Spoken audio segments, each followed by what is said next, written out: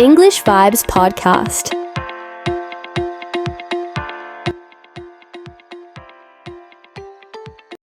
Hi, this is Night Minute English from English Vibes Podcast. I'm Alex. And I'm Maria. There's nothing quite like reading a book for me. I love flipping through the pages and the smell of the paper. But these days, most of the time, we end up reading from screens instead of paper. Like Maria, I enjoy books too. But staring at screens for too long strains my eyes. However, because digital information is so accessible, I often find myself reading from screens almost every day.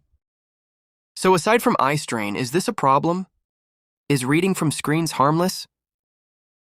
Or could it be affecting us in some way?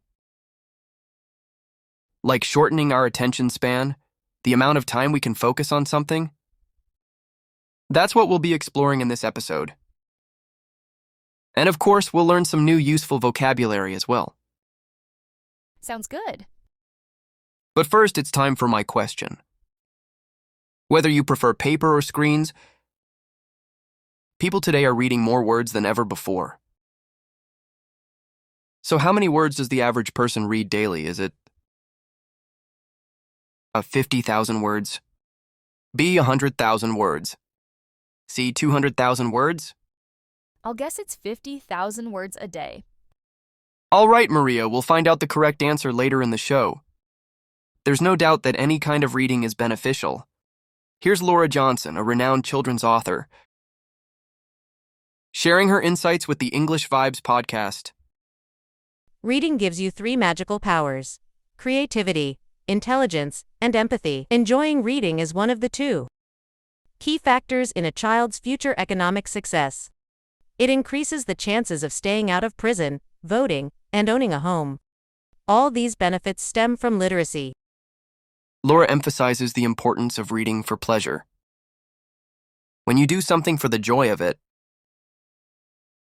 you do it simply because it makes you happy, not for any other benefit. Laura lists the many advantages of reading for children, including future economic success.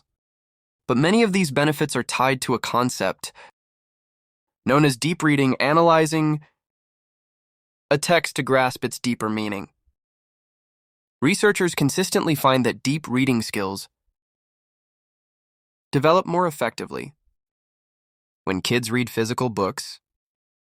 Anna, a host, explains more about deep reading in a conversation with English Vibes podcast ideas. When we read at a surface level, we're just collecting information. Deep reading engages much more of our brain, enabling us to make analogies and draw inferences, which helps us become truly analytical, empathetic individuals. It's not about what or how much we read, but how we read that matters.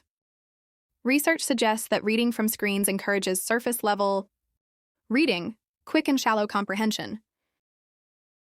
In contrast, reading books activates different brain areas, fostering positive traits like empathy and understanding deeper meanings, including analogies and inferences. An analogy is a comparison between things that share similar characteristics. An inference is a conclusion or opinion formed based on available information. For example, if you see smoke in the distance, you might infer there's a fire. These deeper understandings often come from reading books. So why doesn't screen reading cultivate these skills in the same way? The answer lies in the sheer volume of information, words, notifications, and messages that screens bombard us with daily. Instead of deep reading, this leads to skimming, quickly glancing over the content. Let's review the vocabulary we've learned today. Starting with attention span, the amount of time someone can stay focused on one thing. If you do something for the joy of it, you do it purely for the enjoyment, not for any other gain. The term surface-level reading refers to quickly glancing over something without trying to understand its deeper meaning. An analogy is a comparison between things that share similar traits, like comparing a human heart to a pump. An inference is a conclusion drawn from the information you already have, such as inferring fire from seeing smoke. Speaking of deep reading, have you heard of the concept of binge reading? It's similar to binge watching shows, but involves devouring book series in one go. Many readers find this method helps them stay deeply engaged with the story. Yes, and it's an excellent way to build a habit of reading. Binge reading can improve vocabulary, comprehension, and even reduce stress. Fun fact, studies show that just 30 minutes of reading can lower blood pressure and heart rate, offering the same stress-relieving benefits as yoga. That's impressive. It reminds me of how bedtime stories play a crucial role in a child's development. Not only does it create a bonding experience, but it also enhances their language skills and imagination. Exactly, Maria, and it's not just for kids.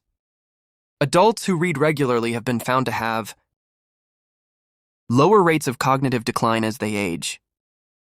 Reading keeps the mind sharp and can even delay the onset of Alzheimer's disease. With all these benefits, it's clear that reading, whether for pleasure or knowledge, has a profound impact on our lives. But it seems that reading from screens, while convenient, might not offer the same depth of engagement as traditional books. It's fascinating how reading can shape our minds.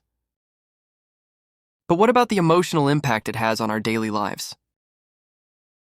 For instance, have you ever heard about how reading helped some people cope with challenging situations? Yes, I've read stories of individuals who found solace in books during tough times. For example, during World War II, many soldiers carried small books in their pockets to help them endure the stress and isolation of war. It gave them a mental escape and a sense of normalcy. That's a great example. Maria, reading has a unique ability to transport us to different worlds, offering a temporary escape from reality. I recently read about a woman who, after losing her job, found comfort in a series of novels.